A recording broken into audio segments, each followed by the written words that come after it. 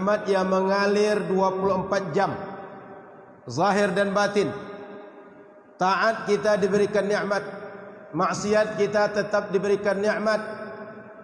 Rajin kita ibadah diberikan nikmat, malas kita ibadah dia tidak hentikan nikmat. Sepanjang hidup, sejak kita ada di alam rahim, mulai wujud kita sebagai cabang anak sampai sekarang, Allah Subhanahu wa taala tak pernah menghentikan nikmat. Apapun bentuknya dia berikan kepada kita. Maka mestilah kita bersyukur dengan nikmat Allah, karena syukur itu membuat kita kenal dengan Allah. Karena syukur itu membuat kita paham bagaimana menggunakan nikmat. Karena syukur itu membuat kita hidup dengan baik. Karena syukur itu membuat kita lebih taat.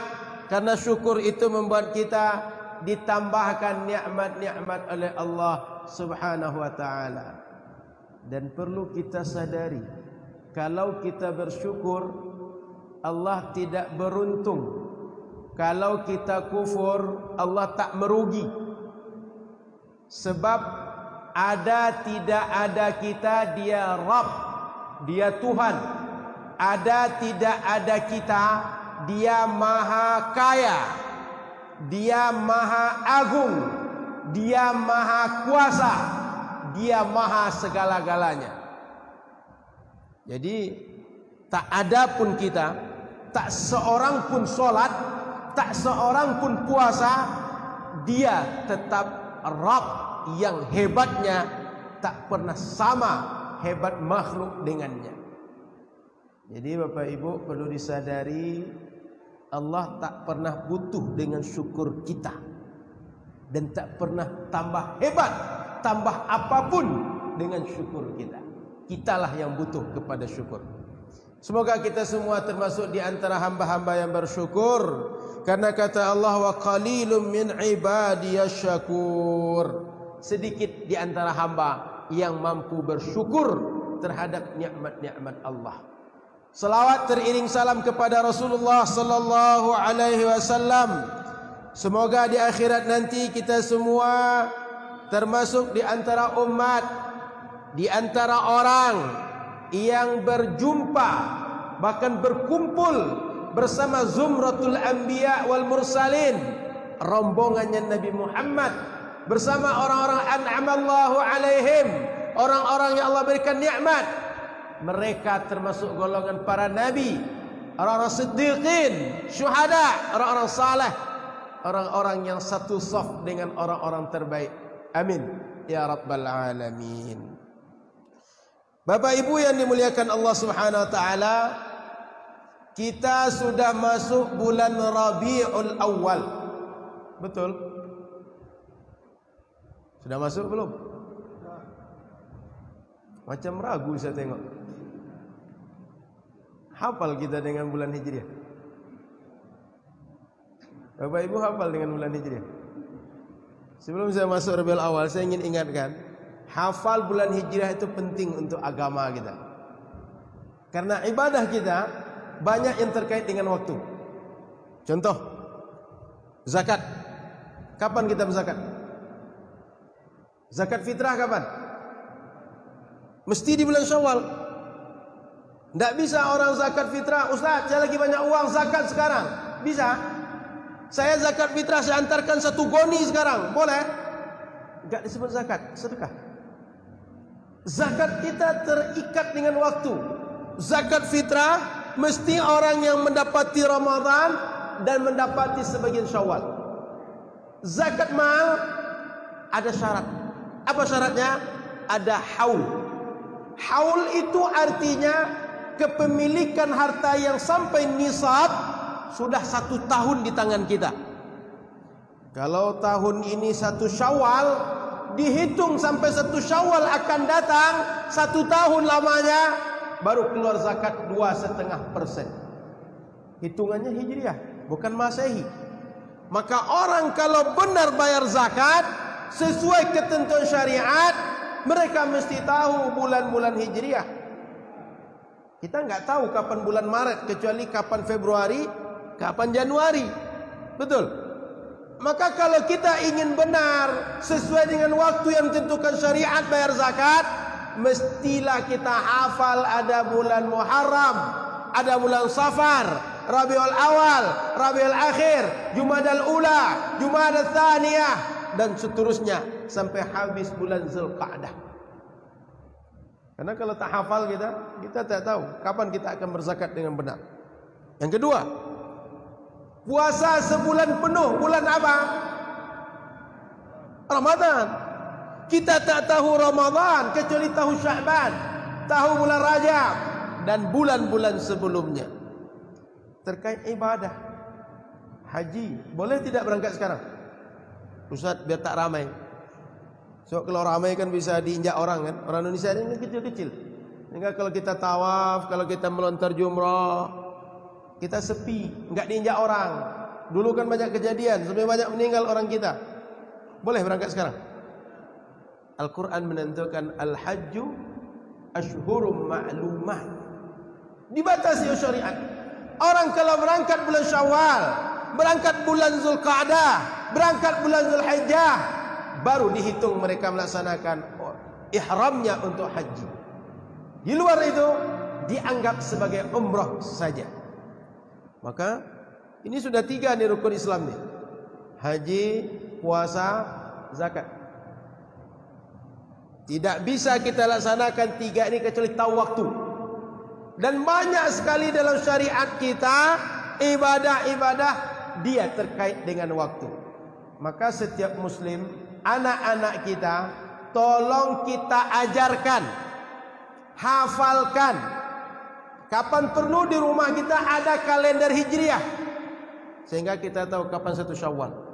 Kalau kita tahu kapan 1 Syawal, nanti kita tahu kapan puasa tengah bulan, Ayyamul Bid, tanggal 13, 14, 15. Kalau kita nggak tahu tanggal 1, gimana kita tahu tanggal 13? Jangan-jangan pas kita puasa tanggal 12, atau pas kita puasa sudah tanggal 16, sementara sunnahnya 13, 14, 15. Maka harus tahu setiap muslim di rumah kita usahakan ada kalender hijriyah. Paham Bapak Ibu? Sebab terikat dengan banyak ibadah. Bukan sekadar kapan Rabiul Awal lalu kita maulid Nabi, kapan tahun baru Islam, kapan Isra Mi'raj. Tidak sekedar itu. Ibadah, banyak ibadah terkait dengan waktu. Ada satu lagi yang sensitif juga. Anak-anak kita wajib salat, yang perempuan wajib menutup aurat kalau mereka sudah baligh. Kapan dia baligh? Ada 3 tanda anak itu baligh. Kalau dia laki-laki sudah mimpi basah. Kalau usia dia sudah 12, 13, 14, anak kita kelas 1 SMP, kelas 3 SMP, kelas 1 SMA, mimpi basah dia sudah baligh. Kalau anak perempuan, jika usianya sudah 9 tahun, keluar darah. Ketika keluar darah disebut dengan haid, secara medis disebut dengan menstruasi, dia sudah baligh. Tapi ada yang ketiga, dia tidak mimpi basah, dia tidak keluar darah, usianya sudah sempurna 15 tahun. Apa? Usia 15 tahun. 15 tahun yang dimaksud 15 tahun hitungan hijriyah, bukan Masehi. Dan kita harus ingat, hitungan Masehi dan hijriyah itu setiap tahun bertikai. Kalau misalnya hari ini kita Idul Adha tanggal berapa kemarin? Idul Adha 13, 20. Coba tengok tahun lalu tanggal berapa kita Idul Adha? Di akhir bulan. Betul. Setiap tahun bertikai 10 hari. 15 tahun bertikai 150 hari. Maka usia anak kita mesti kita catat tanggal lahirnya secara hijriyah. Berapa Sya'ban dia lahir? Berapa Rabiul Awal dia lahir? Berapa Jumadal Ula dia lahir? sehingga kita tahu anak kita sudah 15 tahun, sehingga anak kita wajib salat, dia wajib menutup aurat, dia berdosa seperti kita berdosa, dan amaliyah dia tak lagi amaliyah anak-anak yang tak terhitung karena dia belum balik berakal. 3. Perempuan mengalami menstruasi atau haid, laki-laki mimpi basah. Yang ketiga, usianya 15 tahun Hijriyah. Maka Bapak Ibu, anak kita, cucu kita kalau lahir catat. Anak saya yang pertama 28 Sya'ban lahir. Ditulis. Supaya apa? Ingat kita. Ketika nanti 28 Sya'ban 15 tahun akan datang, nak, engkau sudah balik, nak. Karena boleh jadi tak terjadi satu di antara 3 tadi. Dia tidak mimpi basah, dia yang perempuan tidak mengalami menstruasi. Usia tadi penanda bahwa dia sudah balik. Sehingga kita ajarkan kepada dia hakam hukum yang sama dengan kewajiban yang kita buat. Bapak Ibu yang dimuliakan Allah Subhanahu wa taala. Maka dulu orang Arab, dia sudah menghitung setiap bulan itu ada namanya bulan Rabiul Awal, Rabiul Akhir, Jumadal Ula, Jumadal Thaniyah. Tapi mereka dahulu belum ada penghitungan tahun sejarah. Tahun 1, tahun 2, tahun 3. Seperti kita sekarang ada 2021 karena ada tahun 1. Betul. 2021 sebelumnya 2020, sebelumnya lagi 2019. Dihitung ke awal ada tahun 1. Tapi kalau dalam sejarah Islam, sejarah Nabi Muhammad bersama sahabat, itu belum ada penghitungan tahun sejarahnya. Tapi bulan-bulannya sudah ada. Makanya kita tahu Nabi Muhammad lahir tanggal 12 Rabiul Awal. Kenapa? Karena orang Arab sudah tahu, sudah ada penghitungan nama bulan-bulan Hijriyah. Cuma mereka belum ada tahun 1, tahun 2, tahun 3, tahun 4, tahun 5. Sehingga sekarang 1443 Hijriyah.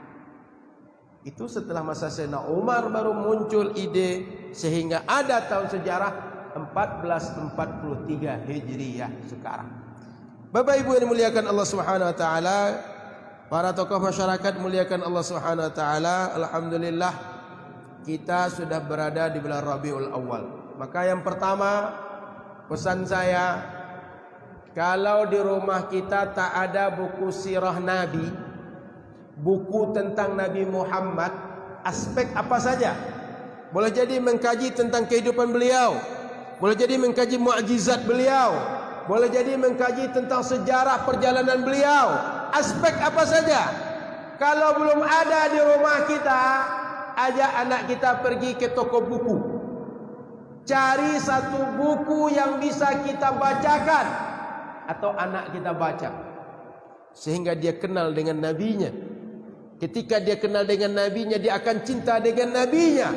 Ketika dia cinta dengan nabi, dia akan dengarkan sabda-sabda nabi. Ketika dia tahu sabda-sabda nabi, dia akan kerjakan sabda-sabda nabi. Lalu sabda-sabda nabi ini akan menjadi kehidupannya. Dia salat, dia bertemu dengan orang, dia pergi ke pasar, dia pergi ke kantor, dia pergi kemana saja. Sabda-sabda Nabi ada di dalam memori kehidupannya, sehingga hidupnya terpandu dengan petunjuk Nabi Muhammad sallallahu alaihi wasallam. Nanti kalau anak kita sudah besar, dia akan ingat dulu emak saya, bapak saya, datuk saya, ketika datang bulan Rabiul Awal, dibawanya saya ke pasar, dibawanya saya ke toko buku, dibawanya saya ke perpustakaan masjid. Kami tengok ada buku, lalu kami baca tentang Nabi Muhammad. Inilah memori dalam kehidupan dia. Mudah-mudahan ini menjadi jariah bagi Bapak Ibu. Dan anak-anak kita ketika dia besar, ketika dia bertumbuh menjadi orang-orang yang mulia, dimuliakan, memuliakan, karena dimuliakan oleh kedekatan dengan Nabi Muhammad. Dan dia memuliakan orang-orang yang punya cinta, yang punya rasa mahabbah kepada Nabi Muhammad sallallahu alaihi wasallam. Sudah ada di rumah kita buku tentang Nabi, buku sirah Nabi. Kita kadang-kadang jangankan buku sirah Nabi, Qurannya kadang tak ada di rumah kita. Sehingga bagaimana kita akan mengaji kalau tak ada mushaf Al-Quran? Atau jangan-jangan jemaah Masjid Rawdatul Muttaqin hafal Quran semua? Hafal 30 juz. Juz 30 ya.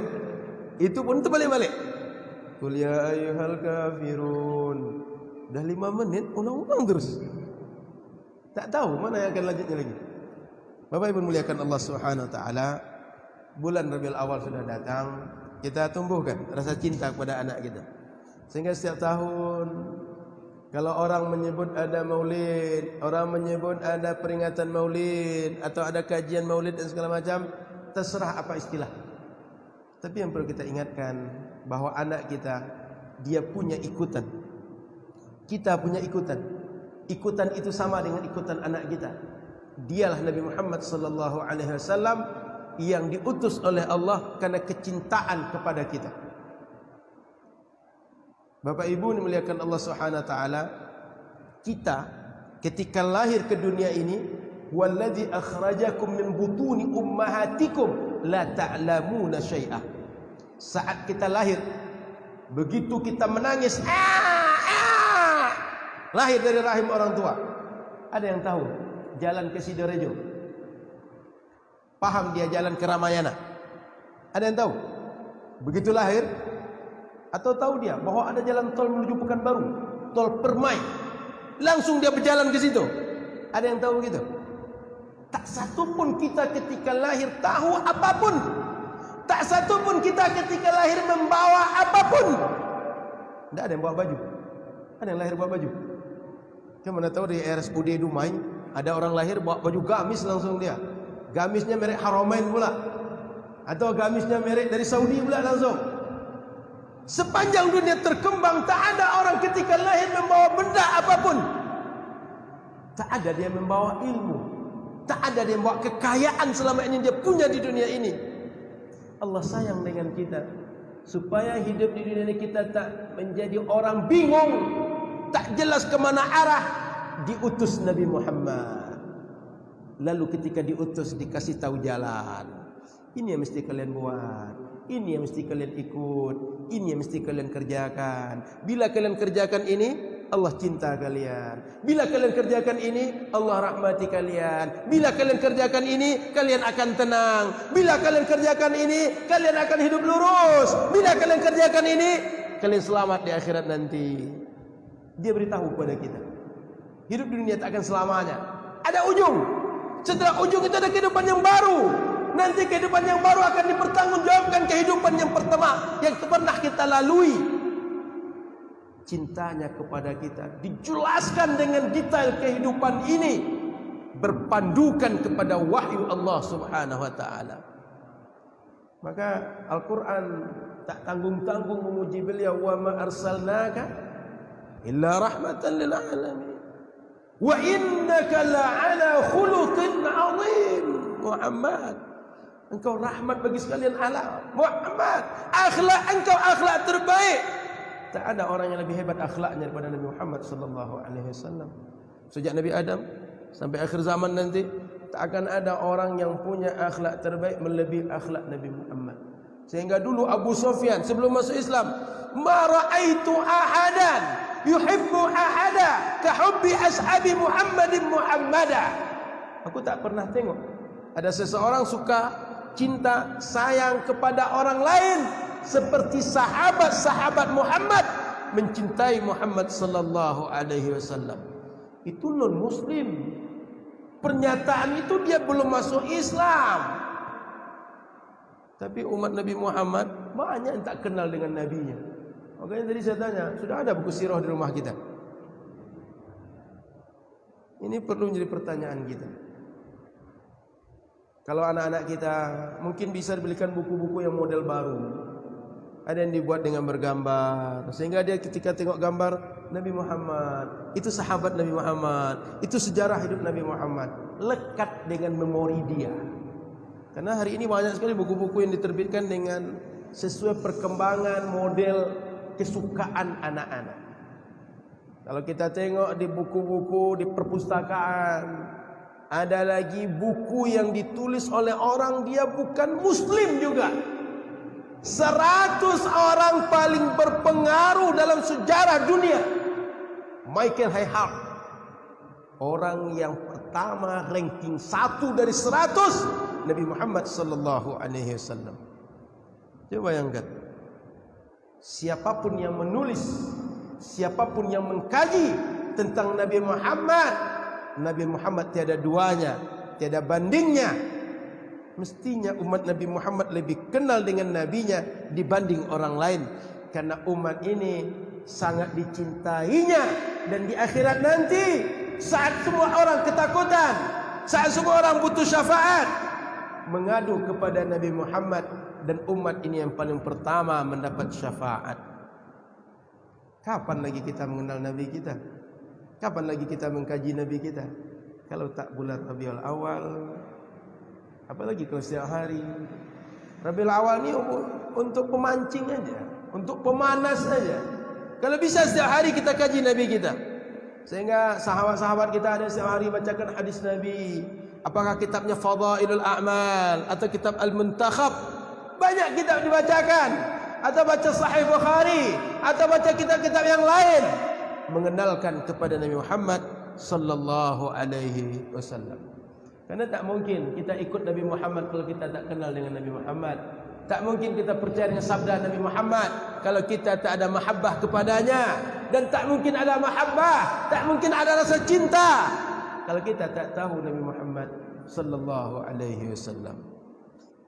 Maka saya kembali ingatkan Bapak Ibu, Rabiul Awal ini kita jadikan masa mencarjet anak-anak kita, diri kita, untuk mengenal dan mendekatkan diri kepada Nabi Muhammad sallallahu alaihi wasallam.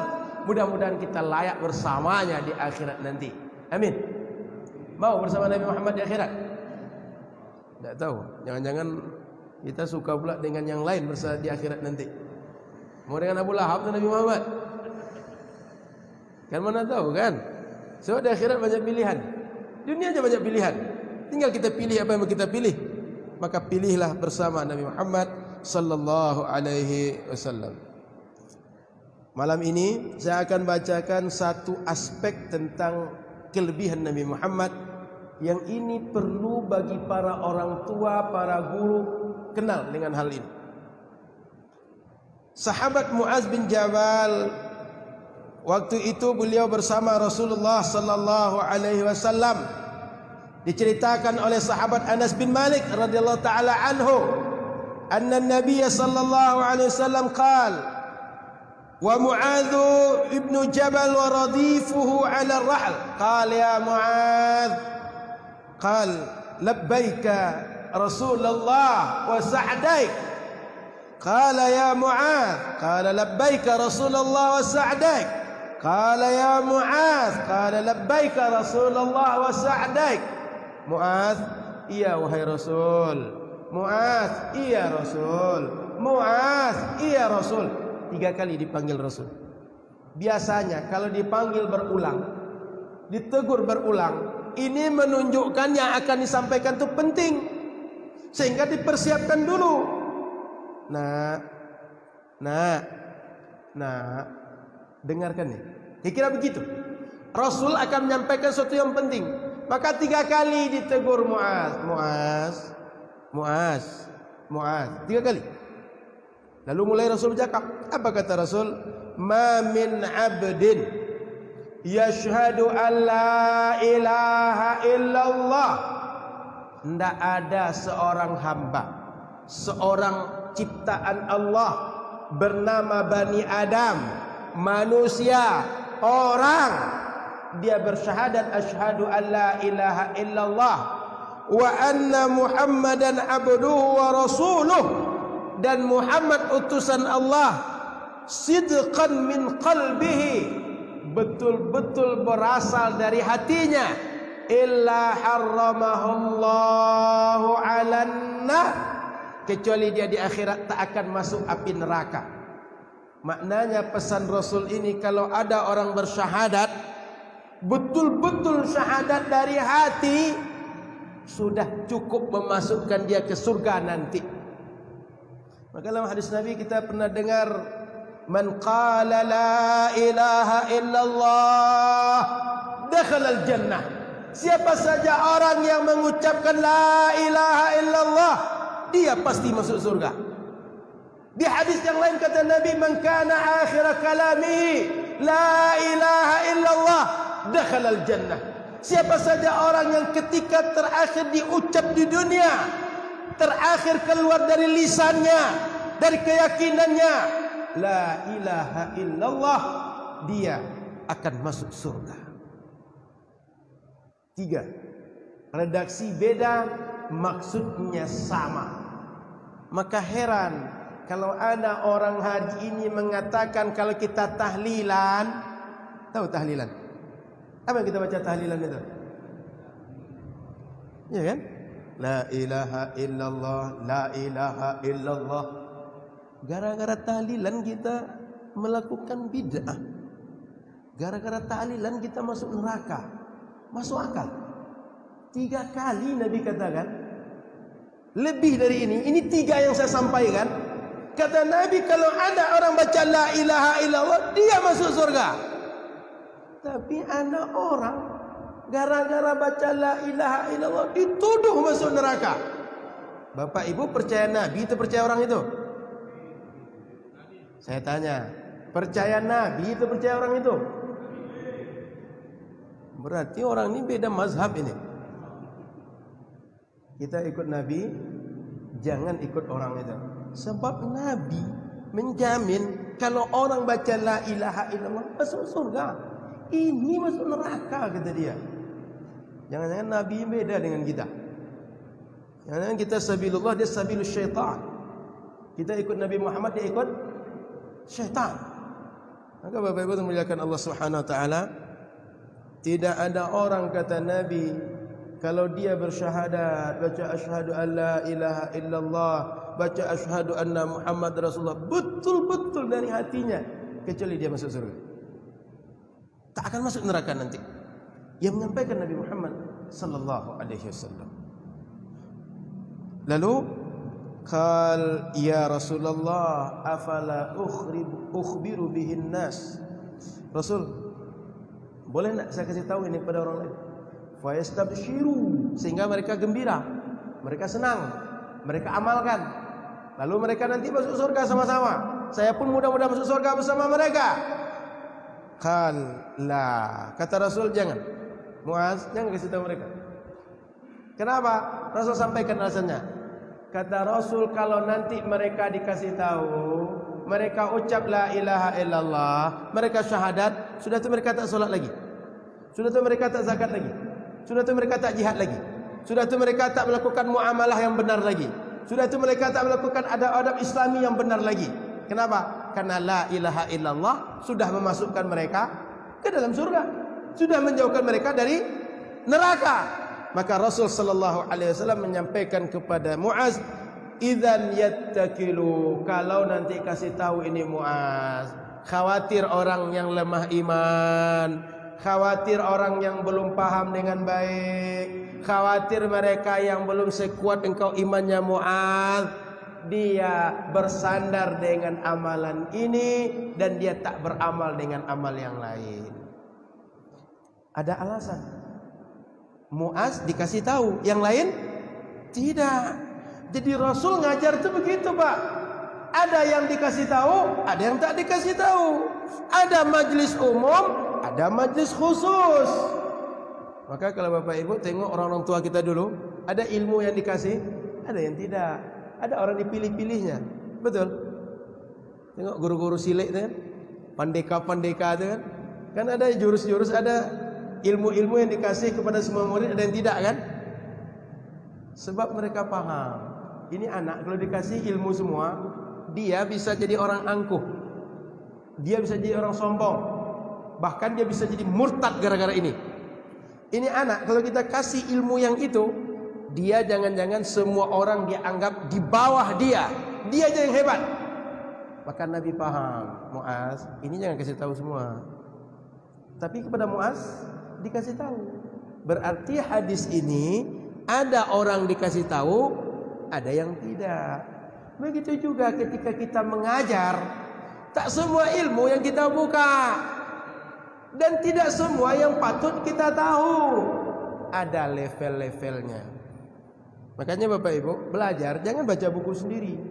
Apalagi kalau baca internet, baca sendiri. Sudah baca sendiri, buka website Muslim Muslim ID atau Al-Manhaj ID. Sudah itu bingung. Kata di sini boleh, di situ enggak boleh. Enggak ada yang meluruskan. Padahal dibaca sesat semua. Yang dibaca ahli bid'ah semua. Kalau kita berguru, ketika guru menyampaikan, mereka yaquluna ahsana ma yasma'un. Ketika menyampaikan ilmu, dia pilih mana yang patut disampaikan. Tidak semua yang kita dengar kita sampaikan. Tidak semua yang kita hafal kita tuturkan. Kenapa? Ada majlis, ada tempat, ada orang yang sesuai dengan setiap yang kita sampaikan. Maka kadang ke anak kita ada informasi yang kita kasih tahu, ada yang tidak. Betul. Saya 2 hari yang lalu, hari Selasa, ketemu dengan seorang kawan. Bapak dia ketika mau meninggal, dia bilang, "Nah, itu di lemari itu, dalam tas presiden, koper presiden tahu ya? Lu kan terkenal koper presiden tuh. Koper presiden tuh, disitulah surat-surat bapak semua. Tapi nak, jangan kau bongkar sekarang, karena surat tanah situ semua."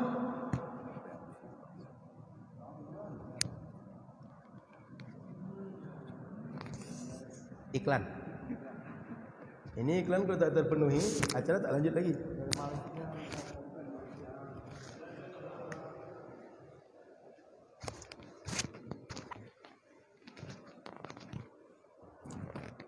Nah, ini koper dengan kau buka sekarang. Sebab kalau kau buka sekarang, kau ambil isi surat tu, kau jual tanah, tak mungkin aku masukkan kau ke penjara. Engkau anakku. Tapi kalau aku tak larang engkau, tak marahin engkau, habis semua surat kau jual nanti. Bapaknya sayang dengan anak dia, tapi ada waktu untuk tengok surat ini. Sudah mati ku nanti, baru kau buka surat tu. Buka dengan abang yang kakak kau. Bagilah tanah tu. Tanah bapak di sana, di sini, di situ. Buka oleh engkau. Ada waktu. Ada masa. Dalam belajar ada level. Makanya belajar kita ada yang PAUD, ada yang TK, ada yang SD, ada yang menengah pertama, lanjutan, kuliah, S2, S3. Di domain sudah sampai S3 atau sampai S7? Tidak tahu. Kalau Samsung sudah S berapa sekarang? Kalau sudah sampai S10 Samsung, apalagi nanti sampai S20 pula. Kita ngaji ya, baca huruf hijaiyah aja masih juga terbata-bata. Kalah betul kita dengan Samsung. Maka Bapak Ibu muliakan Allah Subhanahu wa taala. Nabi, ada orang yang dikasih ilmu, ada yang tidak. Anak kita kadang juga mesti begitu. Kenapa? Karena kadang ada ilmu yang kalau dia tahu dia tak pandai memakainya. Dia tak pandai menyimpannya. Rasul dia paham keadaan sahabat-sahabat. Sehingga ketika Muaz mengatakan saya sampaikan kepada orang lain, jangan. Kenapa? Yang lain belum saatnya mereka paham ini, belum saatnya mereka tahu. Kalau mereka tahu, ada yang lemah iman, akhirnya dia tinggalkan lagi Islam, atau dia bersandar cukuplah dengan syahadat ini. Sehingga saya kalau diajak jihad, dia tak akan berjihad. Datang Ramadan diajak puasa, dia tak akan puasa. Maka Bapak Ibu rahmati Allah Subhanahu wa taala, para ulama kita sejak dahulu saat mereka menghadirkan ilmu di majlis-majlis mereka, ada ilmu yang disampaikan untuk semua orang, ada yang tidak. Sehingga para ulama mengatakan, qala al-Hafiz Ibnu Hajar, kata Imam Ibnu Hajar, fihi dalilun ala anna al-mutasyabih la yanbaghi an yuzkara 'inda al-'ammah. Dari hadis tadi dipahami bahwa ayat hadis mutasyabih yang maknanya bisa tarik menarik antar beberapa makna, tidak pasti terhadap satu makna. Muhkamat lawannya. Ada ayat muhkamat, ada mutasyabihat. Kalau muhkamat terang, jelas, ini boleh, itu tidak. Ada mutasyabihat, maknanya bisa berpotensi lebih dari satu makna. Kata Imam Ibnu Hajar, apabila ada nas, ayat Al-Quran, hadis Nabi tergolong mutasyabihat, jangan diceritakan di hadapan masyarakat umum. Pengajian terbuka. Kenapa kata beliau?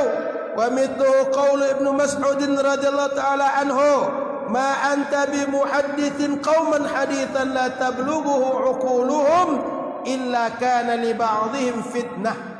Sebab ada orang kalau kita sampaikan akalnya belum sampai, dia salah paham atau dia pahamnya tak sempurna, sehingga ketika meyakini satu keyakinan dia salah, tak seperti keyakinan yang semestinya. Makanya kalau ada orang pengajian pertanyaannya, aina Allah? Di mana Allah? Ini termasuk jenis pengajian yang dilarang oleh Rasulullah. Pengajian seperti ini boleh dibuka kepada para penuntut ilmu yang mereka sehari-hari berhadapan dengan kitab, dengan dalil, dengan kaidah ilmu, sehingga mereka paham menghadapi pertanyaan-pertanyaan seperti ini. Bapak Ibu, sepanjang yang pernah didengar, ada enggak yang bertanya aina Allah selain Rasulullah? Ada enggak? Pernah enggak sahabat Abu Bakar tanya pada yang lain aina Allah? Pernah enggak Imam Syafi'i tanya aina Allah? Pernah enggak Imam Malik tanya aina Allah? Pernah? Enggak pernah. Satu-satunya yang nanya itu cuma Rasul. Maka pertanyaan seperti ini yang boleh cuma Rasul, yang lain enggak boleh. Kenapa? Rasul tahu berhadapan dengan siapa. Kita mau tua, mau muda, mau anak-anak, mau masuk Islam baru kemarin, mau Islamnya sejak 70 tahun lalu, kita hajar semuanya. Akhirnya mereka setelah pengajian bingung. Selama ini keyakinan saya apa sebenarnya? Benar tidak yang disampaikan Tuan Guru kami dulu? Benar tidak pengajian di Masjid Darul Muttaqin? Itu pertanyaan. Dia ragukan Tuan Guru kita, dia ragukan majlis-majlis kita. Akhirnya orang itu satu persatu dia tak hadir lagi di majlis kita. Maka jenis pertanyaan seperti tadi adalah jenis pertanyaan fitnah, merusak akidah, merusak umat, membuat umat keluar dari jalur yang benar. Ragu mereka kan, mempertanyakan mereka kan. Akhirnya tinggal Isya, baru akan terasa ngaji ya. Sudah Isya, kita sambung sudah Isya atau sampai Isya? Sambung. Kita azan dulu. Ini sambung setelah azan atau setelah Isya nanti? Habis Isya aja. Baik.